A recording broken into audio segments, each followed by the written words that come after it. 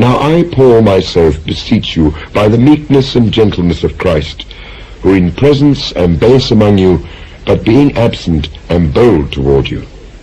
But I beseech you, that I may not be bold when I am present with that confidence, wherewith I think to be bold against some, which think of us as if we walked according to the flesh.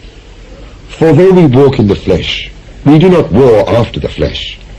For the weapons of our warfare are not carnal, but mighty through God to the pulling down of strongholds, casting down imaginations and every high thing that exalteth itself against the knowledge of God, and bringing into captivity every thought to the obedience of Christ, and having in a readiness to revenge all disobedience, when your obedience is fulfilled. Do ye look on things after the outward appearance? If any man trust to himself that he is Christ's, let him of himself think this again, that as he is Christ's, even so are we Christ's. For though I should boast somewhat more of our authority, which the Lord hath given us for edification, and not for your destruction, I should not be ashamed, that I may not seem as I would terrify you by letters. For his letters, say they, are weighty and powerful, but his bodily presence is weak, and his speech contemptible.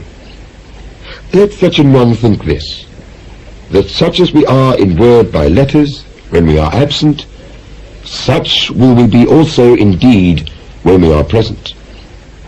For we dare not make ourselves of the number, or compare ourselves with some that commend themselves, but they measuring themselves by themselves, and comparing themselves among themselves, are not wise.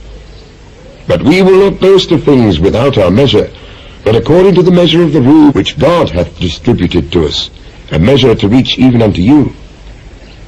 For we stretch not ourselves beyond our measure, as though we reached not unto you. For we are come as far as to you also in preaching the gospel of Christ, not boasting of things without our measure, that is, of other men's labours, but having hope, when your faith is increased, that we shall be enlarged by you according to our rule abundantly, to preach the gospel in the regions beyond you, and not to boast in another man's line of things made ready to our hand. But he that glorieth, let him glory in the Lord.